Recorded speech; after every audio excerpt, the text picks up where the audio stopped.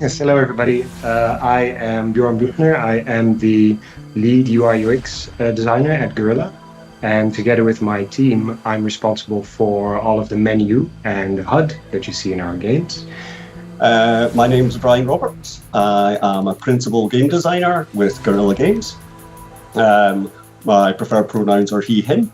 I have a goatee beard. I am short, white, and bald, and I currently and usually wear black. Hi, I'm Jay Justice. My pronouns are she, her. I'm a dark-skinned black person with natural kinky curly hair, and I'm wearing a red shirt, and I'm hanging out in my little office corner. I do cosplay as well as editing and consulting in video games and comic books and literature, and just all kinds of fun things. And I'm also an advocate for marginalized people. I love to help people in any way that I can and make people feel welcome in fandom spaces. What inspired you to become sort of the advocate for accessibility and helping out players who might have impairments and really pushing this topic forward? Well, I've been a Black woman for my whole life, and I've constantly been dealing with people telling me that I didn't belong in fandom spaces.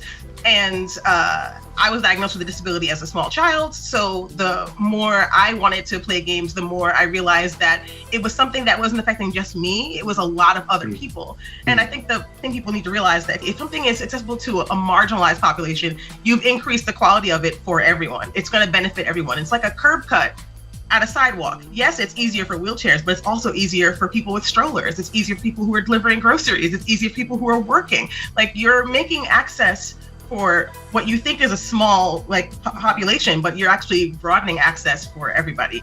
Yeah, and of course, from my point of view, it's similar because, of course, every day I'm considering like, hey, how can I make sure that our players are well informed and they have all of the information that they need in order to make decisions in the game, right? You know, which outfit am I gonna equip to battle and so on, but also to make sure that when we come up with a new feature or so, how you sort of interact with the game, like which buttons, that is sort of ergonomically appropriate. Yeah, I mean, I have much the same issues. As I say, I do a lot of the control structure, so finding out how people want to interact with the game, and particularly when you give them more options and different ways to set up the game, that becomes quite challenging. Also, the idea of basically giving these people the options and then actually taking away options, for instance, like what we've done before is have auto sprint, for instance. It's a very, very small scale example of it. It's like, well, that's one button less that we have to think about, and that's one button less the player has to think about if that's what they want to do. Technically, they're sacrificing a small level of control, but we try to balance that out. You know, what's funny, as someone who uses accessibility tools every day, it's not so much a sacrifice, it's oh, thank goodness this game is letting me decide how much I have to think about what I'm doing to get to the objective. And so if you allow someone to save a click or to save a button press, you're enabling them to do more in the game than they would have without that option. So it's really fantastic. That's sort of the way we kind of want to think about it. It's like, that was when I looked at the controls, particularly for removing things, or what we could do automatically for the player. It was very much of like, well, now we have our entire, because at this point we had most of the game features already in. It was a case of like, well, okay, which ones can we remove and get away with it? Which ones can I automate without anything being like too in your face? Because there is an element, as you say, of like, you want to have one less thing to think about, but you don't want that to spoil the game in any way. And that's the thing people don't understand about accessibility options. No one is taking away your ability to play this game the way that you want to play it. By building the options the way that you have, you allow players to really customize their choices in the game and how they want to interact with it. It's part of the game. It doesn't feel like you're being taken out of the experience. The immersion is not broken. There's just so many ways to play this game. There's no wrong way to play the game, and that's what I love about it. So. I was going to ask you what options you actually used for this. So many. So I definitely use a lot of the controls that allow you to switch from a hold to a tap or a toggle. Yeah. I definitely use the subtitles, and I love that you can make them bigger. I use so many things. I'm probably forgetting some, but I play it on normal. But I do as many of the accessibility options as I think that I will need to get through the game. I think what I like in our approach so far is that even if it's sort of content that is a bit more difficult, or should I say, maybe towards the end of the game or a bit more hardcore, like it doesn't matter. Like if you want to turn on some of these settings, then it's fine. I think we are quite lenient in also with the button mapping. Like if you want to put this jump on L2, whatever, fine, go for it, because it's almost impossible for us to predict like what would work best for you, and it changes as well. And I think that's a very good part of sort of how we approach the button remapping, or perhaps like our accessibility settings in general. And I think it comes through in the final game as well.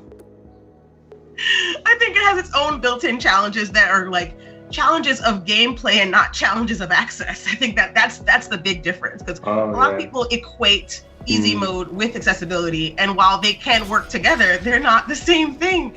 There are definitely ways to play the harder modes while still using accessibility tools, and I think that's a really great balance that you guys have made with the game. I think what you mentioned, Jay, with sort of like it can be challenging, but the challenge should not be in the access part. Resonates quite strongly with me as well, because basically most of what I do in my day-to-day is, on the one hand, I'm collaborating with the game designers, and they try to make a very engrossing, very interesting gameplay that you can sort of like keep doing and not get bored of it. And basically what my challenge is really is to make sure that everyone can enjoy that challenge, but that they are not sort of like struggling with fiddly buttons, or that something is not clear, what should I be doing right now? No, that should be clear. Like you should clearly understand sort of the rules of the game, but the challenge should really come from fighting this really epic machine, or a challenging encounter or something like that. I thought it was interesting. I do love that the challenge never comes from not being able to find anything in the game, because at least you can have it set to that. Oh yes, there's a marker here. And I'm someone who came from the era of games where every single game had the same mini map of a little radar in the corner with the circle, and this is you. So making the switch from that typical style of like, this is where you are, to a navigation bar, I was like, oh, this is different. But it kind of, I felt my brain click, and I was like, okay, I got it now. I'm actually able to find my way around so much easier in this game. And I'm the person who gets lost very easily in video games. So I really appreciate the navigation tools so much.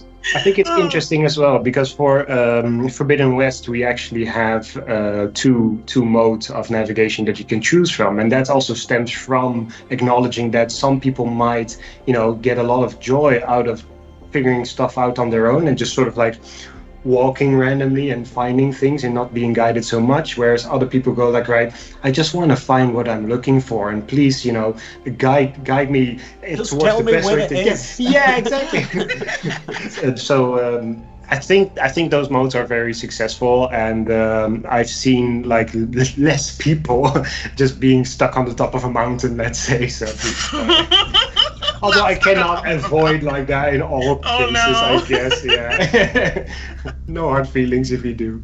Oh no. So I don't think this is an accessibility option per se, but there are so many options in the game that can help people who need accessibility. Like, for example, the creating a job function, because I never would have found some of these resources without the ability to tell the thing, okay, this is what I'm looking for. Where is that? So do you guys consider that just part of the game design, or do you consider that an accessibility option? It was actually as a response to the fact that exactly what you said, and it's a carry on for that. And I understand that you could see it as an accessibility option. I don't see it that way necessarily, but that's true. I don't see it that way either, but I think it helps people in a similar fashion, and people who resist thinking, oh, I don't want anything to help me. I just want to just throw me in the game blindfolded and naked. I don't want any assistance. Sometimes some built-in things can be really helpful. You've obviously been in this industry for a little bit now, and undoubtedly you've probably seen recurring sort of themes, or maybe even like things change over time, especially like on the subject of accessibility, of course. I was kind of wondering if if you had any insights you could share with us. I think that accessibility has become something that is more expected now. Like, instead of people just assuming that accessibility is something that doesn't need to be happening unless you're like, oh, that's just for big, multi-million-dollar companies. No, Right. there are actually lots of free tools on the internet that you can use and learn how to implement these things in your games. Even if you are just an indie developer, if you are a single dev working by yourself. Of course, we have a lot of players that play our games, play many games. I was wondering if they can sort of like help out in some way to further accessibility in games, or sort of maybe as more like a community, and how they deal with the topic, think about the topic. Gamers can make a huge positive impact on the community, on accessibility as a whole, because the voice that you have online, even if you're just one person with like 2 followers, you can be a positive person in the community. If you see someone who is sharing a negative opinion about accessibility and saying that it's not necessary or that it's just easy mode, what I like to call it is plant a flower. Be welcoming, be inclusive, like be a positive force in the fandom. It doesn't take much, just having a little joy in your heart and quick Twitter fingers. All right, I think that rounds us up for today. Thank you so much to the both of you for having this talk, and in particular, of course, our excellent guest, Jay. If you are interested in finding out more about Jay, her links for the social media are in the description. And of course, also many thanks to all of the fans of our game. PlayStation